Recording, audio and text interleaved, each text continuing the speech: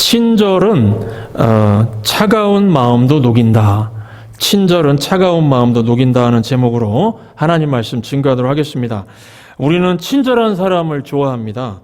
거칠고 무례한 사람을 싫어하시죠? 우리는 친절한 사람을 가까이 하고 친절한 사람과 깊은 교제를 나누고 싶어 합니다. 혹시 여러분들 친절하면 떠오르는 사람이 막 지금 누군가 있습니까? 예, 아니면 떠오르는 사건, 친절하면 떠오르는 사건이 있습니까? 예, 어느 날 그 한 여자분이 그 런던역 앞에서 길을 건너고 있었다고 합니다.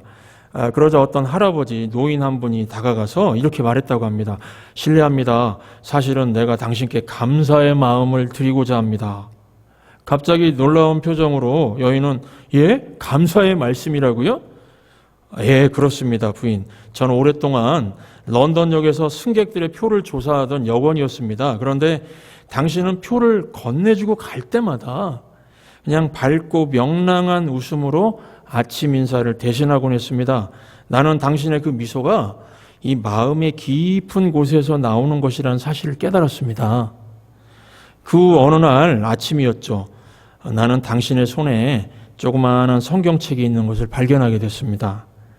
그래서 친절한 당신이 들고 있는 성경책 나도 사보고 싶다 그래서 그 책을 드디어 사게 되고 그 책 속에서 예수 그리스도를 발견하게 됐습니다.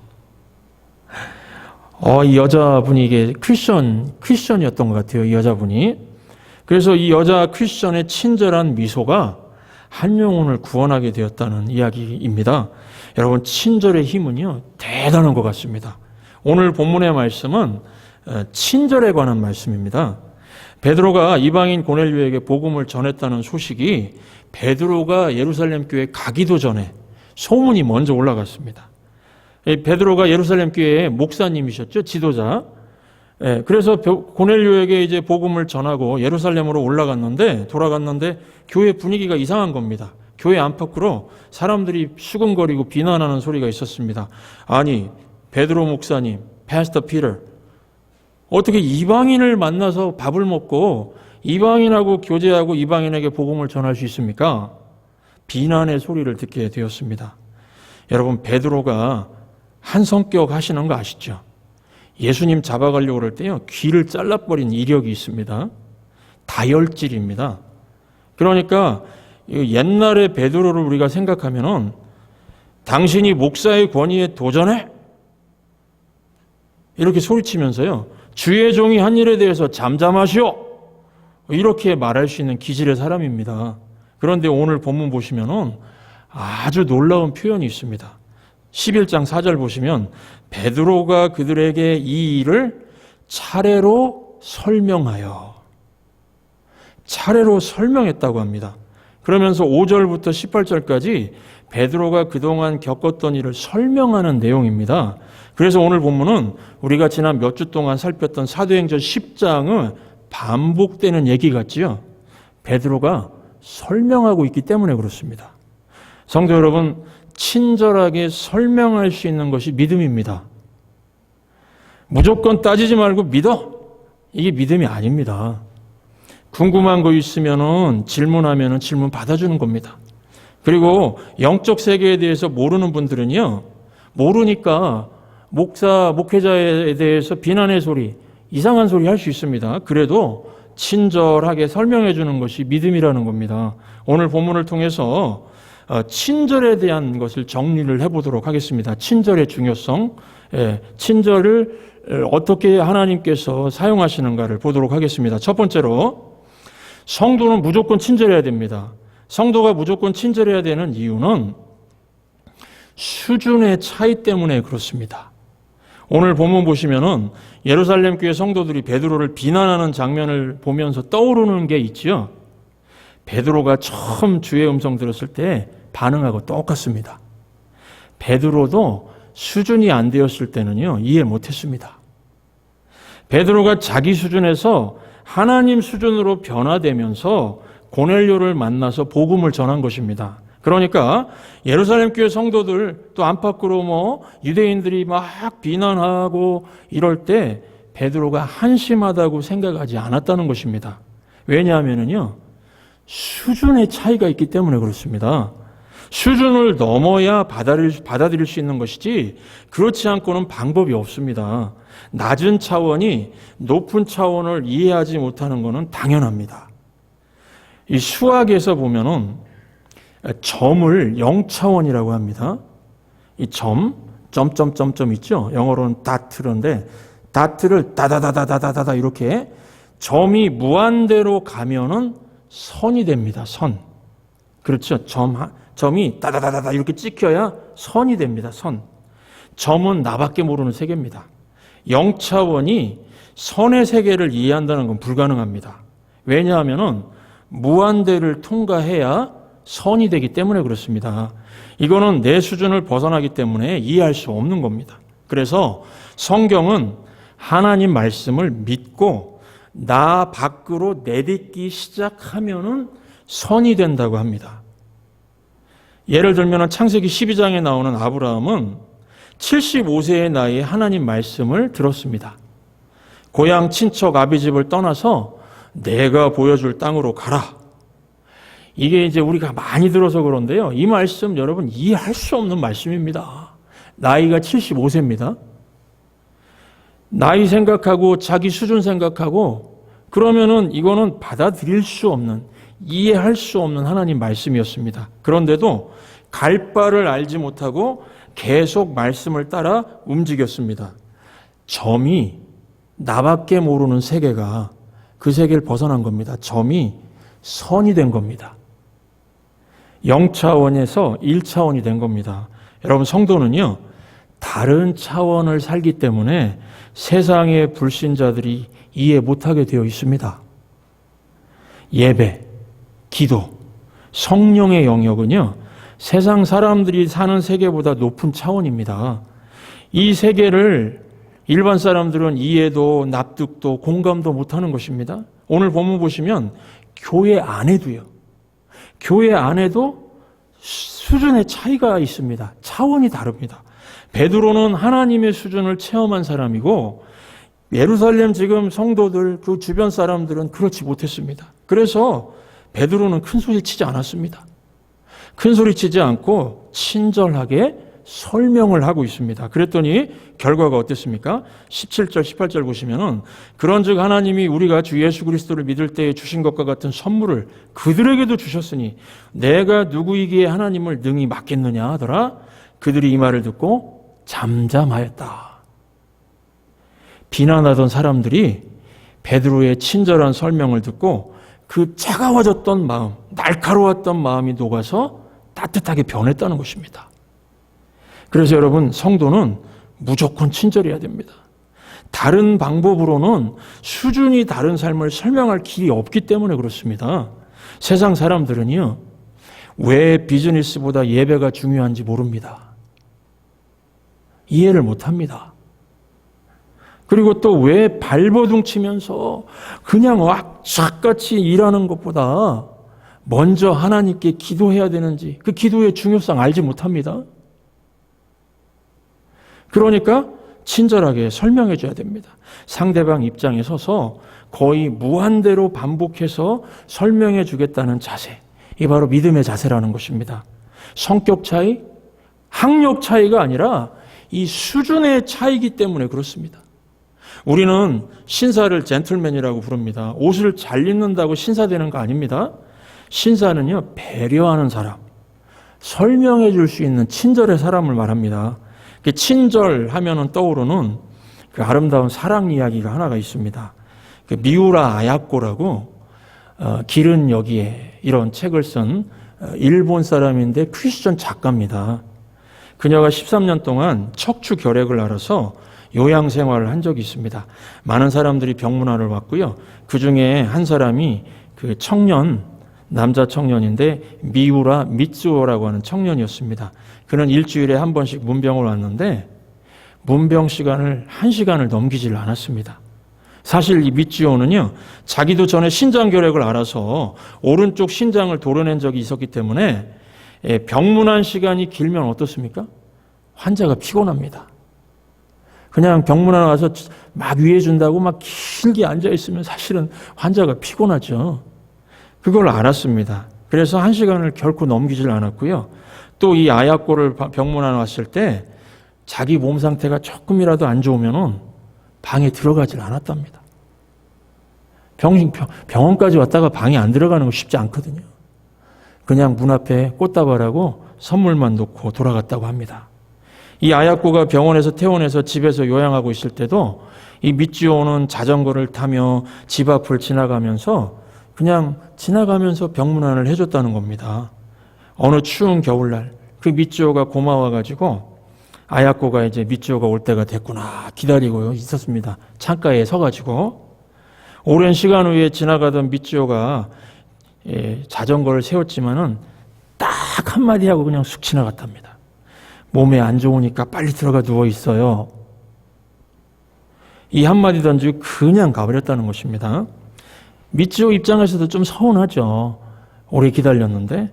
그런데 사실 이 아야코 입장에 서운한데 미치오는 아야코가 혹시라도 피곤할까 봐서 그랬다는 것입니다.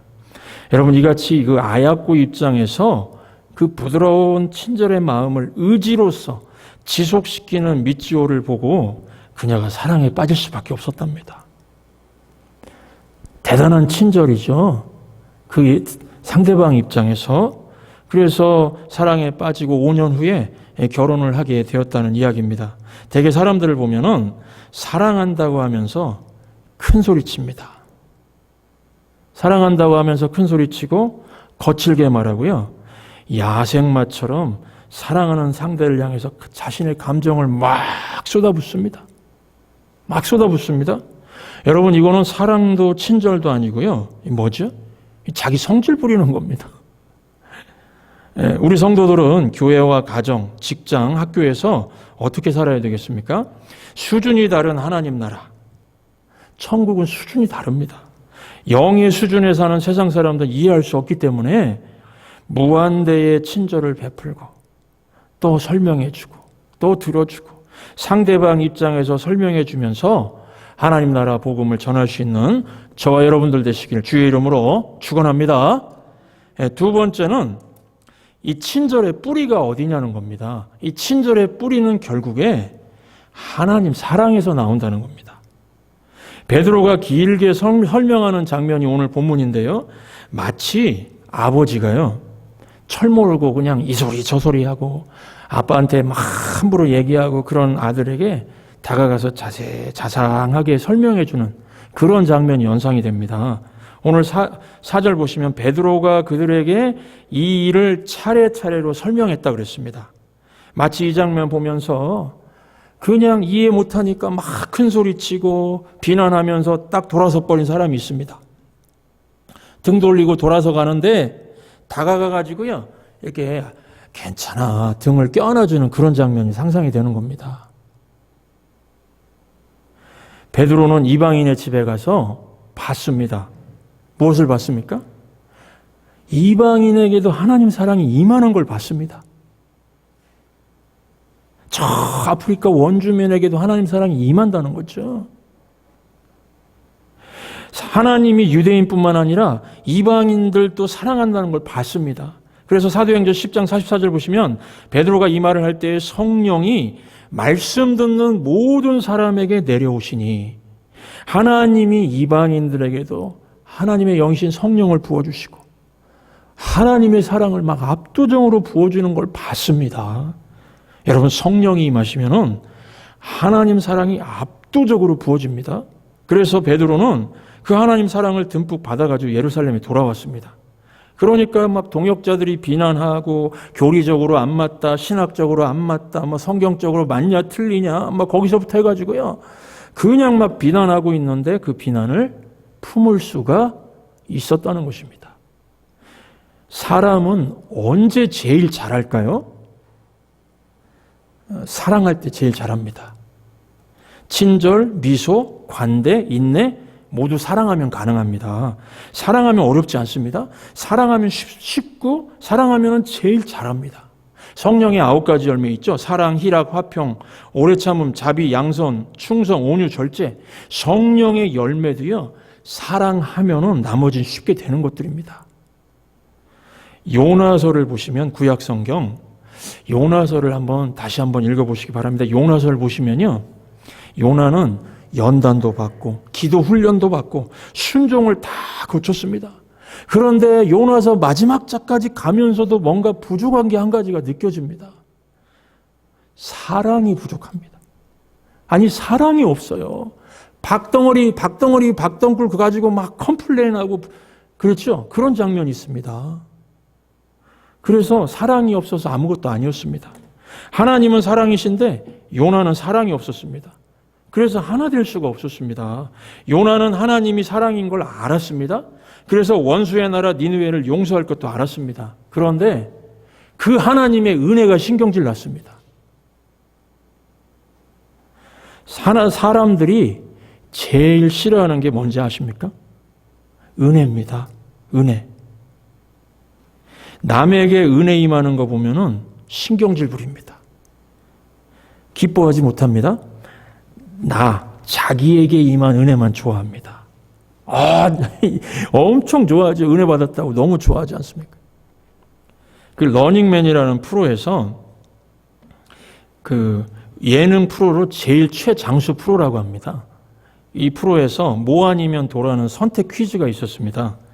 새벽 예배 때도 얘기했는데 다시 한번 말씀드립니다. 지석진이라고 하는 사람 차례가 왔는데 둘 중에 하나를 선택하는 그런 퀴즈 게임이었습니다. 1번과 2번 중에 하나를 선택해야 되는데요. 1번은 나는 1억 받고 유재석은 내 덕분에 100억을 벌었다. 10억이 아니었어요. 제가 새벽엔 10억이라고 했는데 잘못 말씀드렸고 100억이랍니다. 나는 1억 벌고 유재석은 내 덕분에 100억을 벌었고 그런데 유재석이 고마운 줄 모른다. 2번 두 번째 문제는 우리 둘 다 1원도 안 받는다. 였는데 지석진이 몇 번을 선택하셨을까요? 지석진이 몇 번 선택했을까요? 2번 선택했습니다. 2번. 둘 다 1원도 안 받는다. 그런데 놀라운 것은 지석진이 2번을 선택할 것이라고 그 참가자들이 있었거든요. 유재석부터 해가지고 같이 그 모든 참가자들이 다 지석진이 2번 찍을 거라고 다 똑같이 거기다 투표를 했다는 겁니다. 제가 그 장면을 보면서 은혜를 모르는 세상은 저렇겠구나. 내가 1억 받으면 좋은 거 아닙니까? 근데 남이 100억 받는데 고마움을 모른다. 나 때문에 100억 벌었는데 고마움 모른다. 그게 싫어가지고요. 아무것도 안 받는다고 했다는 겁니다. 여러분들, 하나님, 진짜 우리 하나님의 은혜를 믿으십니까?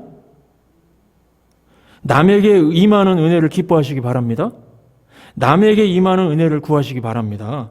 남에게 임하는 은혜를 기뻐하고 그 은혜 임하기를 기도할 수 있다면은 그분은 진짜 은혜를 아는 분이고요. 하나님 사랑 아는 분입니다. 요나는 사랑이 없었습니다. 은혜를 몰랐습니다. 그래서 열심히 해도 열매가 없었습니다. 사랑 없으면 아무것도 아닌 겁니다. 반면에 사도 바울은 어땠습니까? 고린도 교인들은 바울을 신뢰하지 않았습니다. 뒷조사하고 의심했습니다. 그러니까 막 담임 목사 헐뜯고 그런 거죠. 헐뜯고 막 비방하고 편지 써가지고 돌리고요. 노골적으로 무시했습니다. 자기네들은 똑똑하고 바울은 어리석은 목사라고 비난했습니다. 그런데요, 바울 목사의 태도가 어땠냐 하면은 고린도전서 4장 12절 13절 보시면은 모욕을 당한 즉 축복하고 박해를 받은 즉 참고 비방을 받은 즉 권면하니 우리가 지금까지 세상의 더러운 것과 만물의 찌꺼기 같이 되었도다. 만물의 찌꺼기 같이 대접하는 걸 감수했습니다. 믿었던 사람들이 돌아서는 경험 혹시 해보셨습니까? 정말 철석같이 믿었는데 아마 비즈니스 하다가 그런 경험도 있으실 수 있겠죠. 교회 생활 하다가 혹시라도 그런 경험 있으십니까? 믿었던 사람인데 등 돌렸습니다. 정말 가슴 아프고요. 견디기 어려운 그런 힘든 순간들입니다. 고린도 교인들은 바울에게 등 돌리면 안 되는 사람들이었습니다. 바울 때문에 예수 믿는 사람들이었습니다. 바울의 눈물로 자란 사람들입니다. 그런데 등을 돌렸습니다. 바울은 그 돌아선 등을요, 가슴에 안아주고 있다는 겁니다. 돌아선 등을 껴안아주고 있습니다. 이게 바로 사랑입니다. 등 돌린 사람을 안을 수 있는 교회가 좋은 교회라고 확신합니다. 고린도전서 11장 1절 보시면 바울은 그래서 이런 말을 합니다. 너희는 나를 본받는 자가 되라. 이것은 바울이 자신이 완벽해서 죄 없다 허물 없다는 뜻으로 한 말이 아닙니다. 하나님 아버지의 마음으로 사역하는 자기를 본받으라는 말입니다. 아버지도요, 완벽하지 않습니다. 여기 우리 앉아 계신 아버지들 다 계시는데 아버지들 완벽하지 않지요. 허물도 많고 부족함도 많습니다. 그러나 자녀를 향한 희생과 사랑과 눈물이 있지 않습니까? 그 마음으로 일하라는 것입니다. 아버지도 넘어지고요. 아버지도 허물이 있습니다. 아버지도 약합니다. 그래도 주님 바라보고 힘을 주시는 하나님 의지하고 있습니다. 자식을 보며 눈물 짓습니다. 그 아버지의 마음을 본받으라는 것입니다. 이 시대의 진짜 아픔은요, 교과서가 없습니다. 교과서가. 아버지도 참고서 취급합니다. 어머니도 참고서 취급합니다. 심지어 성경책도요, 참고서 취급합니다. 자기 자신이 교과서 돼버렸어요. 그래서 사람들이 방황하고 막 무너지고 그렇습니다. 저는 이 시대에 아버지가 교과서 되는 모습이 회복돼야 된다고 확신합니다. 하나님을 의지하고 사는 그 모습을 보라고 외쳐야 된다는 것입니다. 넘어져도요, 아버지들 사회생활하면서 넘어지고 힘든 순간들 얼마나 많습니까? 넘어져도 다시 일어서는 그 믿음의 모습을 보라고 외쳐야 한다는 것입니다. 어머니들도 마찬가지고요. 본문에 베드로는 이 아비의 마음을 가졌습니다. 비난 앞에서도 가서 등을 껴안아 줌지 않습니까? 예루살렘 교회 성도들이 하나님의 구원과 사랑을 깊이 깨닫기만을 간절히 바라고 싫은 소리 해도 괜찮아. 나는 아버지의 마음이 있으니까. 자녀들이 잘 되면 되지 이러면서 껴안아주고 있다는 것입니다. 그래서 저와 여러분들도 이러한 모습으로 사실 수 있길 주의 이름으로 축원합니다. 우리는 흔히 나를 보지 말고 하나님만 보라 그런 말 많이 하죠. 나를 바라보지 말고 하나님만 보라. 옳은 말입니다. 그런데 이걸 구호처럼 외치기만 하면 이건 틀린 겁니다. 오해하지 않고 들어주시면 좋겠습니다. 나를 보지 말고 하나님만 보라. 정말 이건 맞는 말인데요. 이거를 구호처럼 외치기만 하면 틀린 겁니다. 차라리 사도 바울처럼 나를 봐라. 나를 본받으라. 이렇게 외칠 수 있어야 한다는 것입니다. 이것은 교만의 외침이 아닙니다. 약함 속에서도 넘어지면서도요, 몸부림치는 영적인 아버지의 외침입니다. 내가 이렇게 쓰러져 가고 있지만 하나님 붙들면 돼. 내가 이렇게 넘어져서 지금 연약한 모습이지만 하나님 앞에 믿음 달라고 외치는 내 모습을 봐라. 이렇게 외치는 겁니다. 약함 속에서 외치는 영적인 아버지의 외침, 영적인 어머니의 외침. 나는 주님만 의지한다. 나는 주님만 바라본다. 그래서 너도 그렇게 해라. 너도 그렇게 해라. 이렇게 하는 교과서적인 우리 부모님들, 우리 1세대 부모님들의 인생 되시기를 주의 이름으로 축원합니다. 마지막으로 한 가지 더 말씀드리면 세 번째, 그러므로 결론입니다. 세상은 성도의 친절을 보고 하나님을 느낀다는 것입니다. 예루살렘 교회가 베드로의 친절을 보고 성숙해졌습니다. 그래서 교회 밖의 사람들에게도 친절한 교회, 사랑, 압도적인 그 사랑으로 역사하는 교회라는 인상을 갖게 됩니다. 외부에 교회 바깥으로 그 친절한 교회의 모습이 드러나게 되었습니다. 성도는 세상 사람들에게 그래서 친절해야 한다는 것입니다. 소극적으로는요, 참아주는 겁니다. 막 싫은 소리 하죠. 일하다가 동료들이 직장 아니면 또 상대방이 막 싫은 소리 합니다. 오래 참음의 친절이 있어야 한다는 것입니다. 소극적인 친절이죠. 적극적으로는요, 대가 없는 친절, 대가 없는 친절을 베풀어야 한다는 것입니다. 죄인에게 친절 베풀고 용서해야 구원의 길이 열리지 않습니까? 그래서 그래야 세상은 우리의 친절을 보고 하나님을 느낄 수 있다 하는 것입니다. 사도행전 7장 우리가 이미 살폈는데 스데반 집사님의 장면 기억나시죠? 마지막 죽는 순교 장면에서도 친절한 집사님으로 마지막을 장식했습니다. 그래서 그 친절을 보고요, 청년 사울의 마음이 흔들리기 시작합니다. 사도행전 7장 58절 60절 보시면 성 밖으로 내치고 돌로 칠세 증인들이 옷을 벗어 사울이라 하는 청년의 발 앞에 두니라. 그들이 돌로 스데반을 치니, 저도 조그마한 돌 한번 맞아봤는데 기분 나쁘고 얼마나 아팠는지 모릅니다. 근데 막 돌덩어리 해가지고 던져가지고 맞아 죽는 상황인데 스데반을 치니 스데반이 부르짖어 이르되 주 예수여 내 영혼을 받으시옵소서. 욕하는 게 없습니다. 무릎을 꿇고 경건한 자세로 무릎을 꿇습니다. 돌에 맞으면서도요, 크게 불러 이르되 주여 이 죄를 그들에게 돌리지 마옵소서. 마지막까지 그들 입장에서 생각하면서 아직 수준이 달라가지고 하늘나라를 알지 못하고 이 하늘나라의 그 수준을 알지 못하니까요, 그 차원을 알지 못하니까 용서해달라고 기도하고 있습니다. 이 친절한 스데반 집사의 이 압도적인 친절에 청년 사울의 차가운 마음이 녹아내리기 시작합니다. 여러분, 세상은 우리의 친절을 기대하고 있습니다. 하나님 백성의 친절을 기대하고 있습니다. 이 예배를 통해서 사랑과 친절이란 무기를 들고 나가시기 바랍니다. 직장에서 굳은 일도 하시고 욕을 축복으로 받아보시기 바랍니다.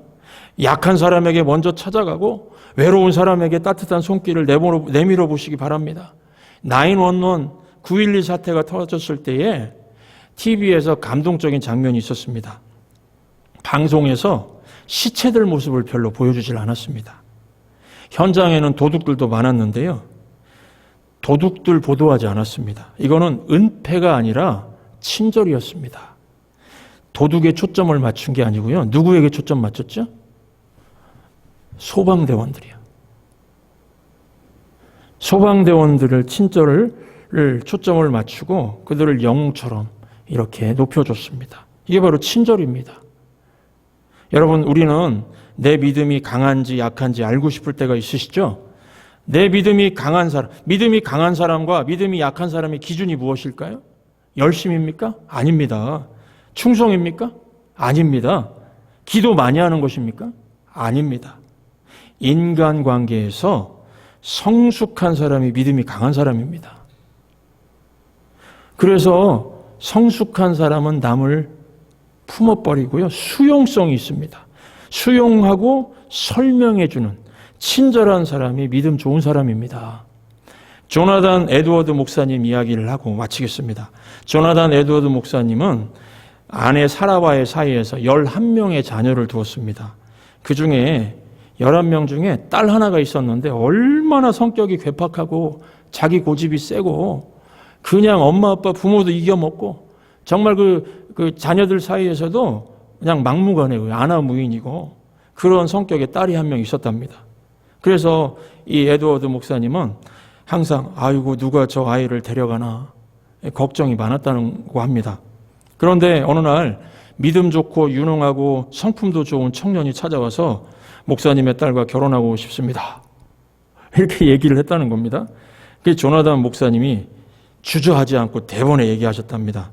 네가 내 딸을 알아? 결혼하지 마. 내 딸을 사랑하지 마라. 안 맞는다.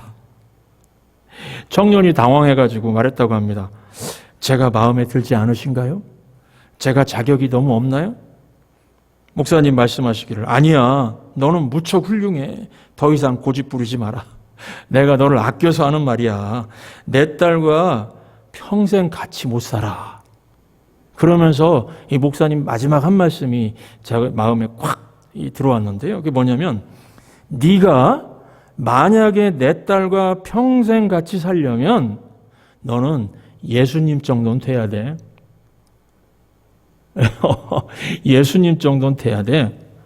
예수님 수준은 돼야 돼. 이렇게 얘기했다는 겁니다. 이 아버지이면서 목사님이 이 정도 말씀하시면 굉장히 진지한 이야기입니다. 너는 예수님 정도는 돼야 돼.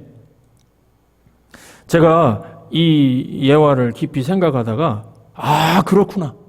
오늘 설교의 결론을 찾게 됐습니다. 그렇구나. 예수님 수준 되면 되지. 예수님 정도 되면 되지. 예수님 수준이면 뭐든지 감당할 수 있지. 여러분, 우리가 한 주 동안 살아가면서 많은 인간관계들을 접하게 될 것입니다. 가정에서도, 또 직장생활, 사회생활. 예수님 수준이면은 뭐든지 감당할 수 있습니다. 오늘 우리가 예배를 드리고 한 주를 시작하는 이유가 바로 여기 있습니다. 내 모습으로 나아가면 실망만 안겨줄 겁니다. 가정생활에서도 마찬가지입니다. 내 모습이 드러나면 실망밖에 줄 게 없습니다. 기도하시기 바랍니다. 주님, 제 안에 선한 것이 없습니다. 주님 마음이 제 마음 되게 하시고 예수님이 드러나게 해주십시오. 예수님의 친절이 드러나게 해주십시오. 예수님의 사랑이 드러나게 해주십시오. 예수님의 용서가 드러나게 해주십시오. 이러한 간절한 마음으로